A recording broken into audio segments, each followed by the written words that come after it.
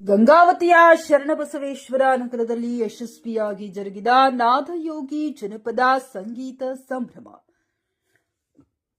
December 25ರಂದು Shri ನಾದಯೋಗಿ ಸಂಗೀತ ಹಾಗೂ ಸಾಂಸ್ಕೃತಿಕ ಸಂಸ್ಥೆ ಗಂಗಾವತಿಯವರಿಂದ ನಗರದ ಶರಣಬಸವೇಶ್ವರ ನಗರದ ಸರ್ಕಾರಿ ಶಾಲೆಯ ಆವರಣದಲ್ಲಿ ನಾದಯೋಗಿ ಜನಪದ ಸಂಗೀತ ಸಂಭ್ರಮ ಕಾರ್ಯಕ್ರಮ ನಡೆಯಿತು. ಈ ಕಾರ್ಯಕ್ರಮದ ಉದ್ಘಾಟನೆಯನ್ನು ಕೊಪ್ಪಳ ಜಿಲ್ಲೆಯ ಜನಪದ ಅಕಾಡೆಮಿಯ ಸದಸ್ಯರಾದ ಚಂದ್ರಶೇಖರ್ ಲಿಂಗದಳ್ಳಿಯವರು ಹಾರ್ಮೋನಿಯಂ ನುಡಿಸುವ ಮೂಲಕ ಉದ್ಘಾಟಿಸಿ, ಈಗಿನ ಕಾಲದಲ್ಲಿ ಸಂಗೀತ ನಶಿಸಿ ಹೋಗುತ್ತಿದೆ, ಮೂಲ ಜಾನಪದಗಳು ಮರೆಯಾಗುತ್ತಿವೆ, ಪ್ರತಿಯೊಬ್ಬರ ಮನೆಯಲ್ಲಿ ಒಬ್ಬ ಕಲಾವಿದ ಹುಟ್ಟಬೇಕು, ಶಾಸ್ತ್ರಬದ್ಧವಾಗಿ ಆಡುವುದನ್ನ ಕಲಿಯಬೇಕು. ಇದಕ್ಕಾಗಿ ಗಂಗಾವತಿಯಲ್ಲಿ ಶ್ರೀಮತಿ ಸಂಗೀತಾ ಶರಣಪ್ಪರವರು ಸಂಗೀತ ಶಾಲೆ ಪ್ರಾರಂಭಿಸಿ ತಮ್ಮ ಶಾಲೆಯಲ್ಲಿ ಮಕ್ಕಳಿಗೆ ಸಂಗೀತ ಹೇಳಿಕೊಡಲಿದ್ದಾರೆ. ಇದಕ್ಕಾಗಿ ಎಲ್ಲ ಪಾಲಕರು ಮಕ್ಕಳಲ್ಲಿ ಸಂಗೀತ ಆಸಕ್ತಿ ಬೆಳೆಸುವ ಮೂಲಕ ಸಂಗೀತವನ್ನ ಉಳಿಸುವಂತೆ ತಿಳಿಸಿದರು. ಅಧ್ಯಕ್ಷತೆಯನ್ನ ಮಾಜಿ ನಗರಸಭೆ ಸದಸ್ಯರಾದ ಶ್ರೀಮತಿ ಪಾರ್ವತಮ್ಮ ದುರ್ಗೇಶ್ ದೊಡ್ಡಮನಿ ವಹಿಸಿ ಮಾತನಾಡಿ, ನಿಜವಾದ ಸಂಗೀತ ಕಲಾವಿದರಿಗೆ ಬೆಲೆ ಇಲ್ಲದಂತಾಗಿದೆ. ಮೊದಲಿನ ಸಂಗೀತಕ್ಕೂ ಈಗಿನ ಸಂಗೀತಕ್ಕೂ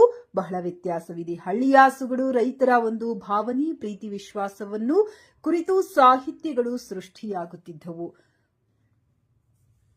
ಎಂದು ಹೇಳಿ ಕಳವಳ ವ್ಯಕ್ತಪಡಿಸಿದರು. ಮುಖ್ಯ ಅತಿಥಿಗಳಾಗಿ ಸರಿಗಮಪ ಹನುಮಂತಪ್ಪ, ಶಿವಣ್ಣ, ನೀಲಕಮಲ್, ಸಿದ್ದಪ್ಪ ಅಧಿಕಾರಿ, ಫಕೀರಪ್ಪ ಅರಕೇರಿ, ಮಂಜುನಾಥ್ ಕನಕಗಿರಿ, ನವೀನ್ ಕುಮಾರ್, ಮಲ್ಲಪ್ಪ ಹಿರೇನಂದಿಯಾಳ್, ಅಮೀದ್ ಮುಲ್ಲಾ, ಯಮನೂರ್, ಹತ್ತಿಮರದ ಬಸವರಾಜ್ ಹಡಪದ ಅವರುಗಳು ಪಾಲ್ಗೊಂಡಿದ್ದರು.